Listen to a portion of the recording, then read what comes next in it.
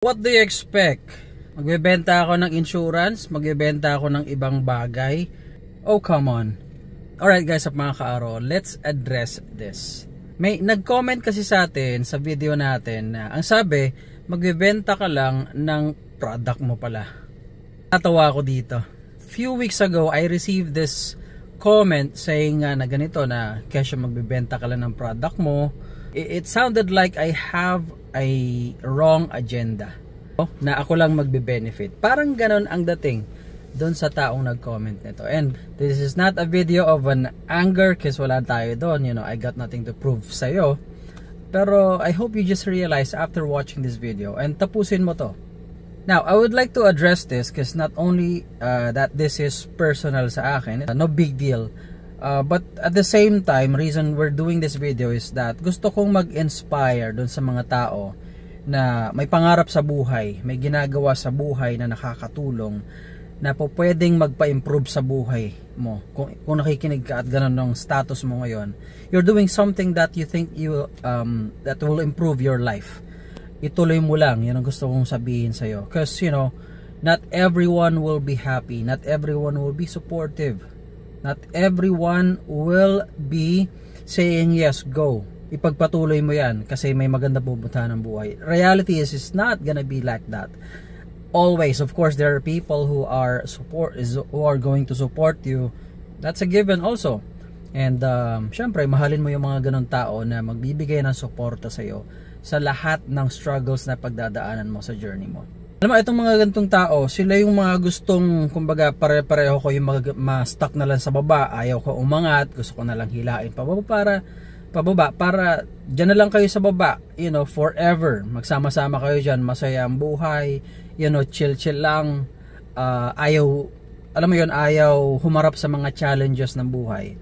Now, you know, of course, I'm not saying na, you know, bawal mag-comment ng mga ganito. It's okay as long as you study. As long as you try to learn from these people na nagsasalita ng pareho na ginagawa ko in this case because it was me who's the subject. Kumbaga, you know, try to learn about that person. Pag-aralan mo kung saan nanggagaling. You know, reminder lang, the product, when we started this, hindi ko naman siya nilabas as binibenta ko kaagad, unlike the others. Merong mga ganyan kasi. That's why I kind of understand your point ng konti, no? But if there is someone just like myself na bago nag-introduce ng isang product, nagbigay muna ng value sa community. In my case, before tayo nag-launch ng product na to, saan nanggaling to? Just so you know, nanggaling to doon sa mga tanong nyo, sa mga katanungan ninyo, like paano gamitin to, paano gamitin yan, ano mga po pwedeng gamitin sa ganitong problema, pagluluma ng sasakyan natin kaagad, paano ba gagawin para magmukhang bago pa rin na kahit matagal na ang kotse. Lahat ng mga yan ina-address ko, lahat ng mga yan until now, I'm, you know, commenting, I'm answering your questions, DM man yan or even mga comments ninyo sa comment section natin, sinasagot ko yan. I'm sharing something, knowledge, skill that I have learned in the past, you know, para alam mo lang din, kaaro, naging detailer ako, and I've been doing that. I've been, you know, I've learned a lot of things about that. 10 years na rin yata. So, gano'n na katagal ang pinagtiyagaan ko para pag-aralan tong craft na to. And I'm just sharing to the community ng libre, hindi ako naniningil. Okay? So, when you guys are asking me, anong po pwedeng gamitin natin, then, you know, it was an opportunity for me para kahit pa paano mag-monetize ng konti. By way of sharing another thing that's I think is very good, which is the product. So what I did is that pinag-aralan ko ang product, nagpasample ako, nag-test tayo, and it wasn't easy. You know, pinag-aralan natin na matagal bago tayo nag-launch ng product that I think nakakatulong. And right now, I guess we are reaping the benefits ng pagtsatsaga natin. So, ayun, hindi siya nag-umpisa na ako nag-introduce lang ng product tapos sabihin ko bili kayo nito without giving something back. Actually, I gave something, and what I am reaping right now is kind of in return to what I have done in the past and what I still keep on doing right now. That's why, you know, I always say, if may mga comments kayo or may mga questions kayo, feel free to put them in the comment section below para matulungan ko kayo, para masagot ko yung mga katanungan nyo. And I'm still continuing doing that kasi nga it's the value that I am more than willing to give to the community. And ano ba naman yung i-offer ko lang naman or sabihin ko lang naman na meron tayong solusyon para sa problema nyong hinaharap.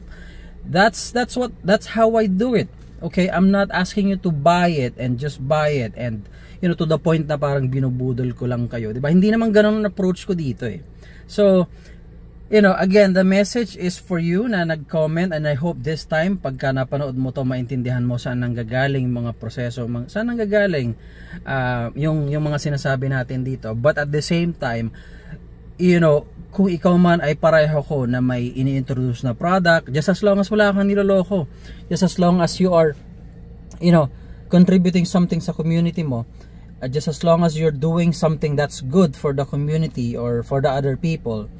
Ako nga, hindi ko nga kilala ang mga viewers natin, nakikilala ko na lang pagka namimit ko kayo. But through this channel, through this page na ginagawa natin dito, marami tayong natutulungan. And alam mo yun, if you're doing that, just keep on doing it, because eventually may babalik din sa yung kabutihan. Kikita ka rin, just like what I'm doing right now. Kumikita tayo sa mga products. I am earning from Google or from AdSense, which is the YouTube partnership program. I'm earning in different ways. In fact, may mga iba na may message pa sa atin, natutulungan ko raw kung pwede raw akong tumulong sa pagbubukas ng detailing shop, anong mga product ang pwedeng gamitin nila sa mga problemang nahaharap nila. Until now, eto ginagawa ko without any fee from anyone. Okay? So, tell me, mali ba? 'Di ba? Oh. Anyway, yun lang ang mensahe ko sa iyo sa nag-comment noon. Hindi ako galit sa iyo, but I just like you to feel that sometimes it is better for you na tumulong in a way na kaya mong gawin, like encouraging people, or like maybe asking questions, clarifying rather than saying, because I believe first time ko makita yung message mo and yet gano'n na kaagad yung message na nakita ko. Try to understand where things are coming from, diba? Okay, anyway, that's it. Guys, sa mga kaaraw, salamat sa pakikinig ninyo.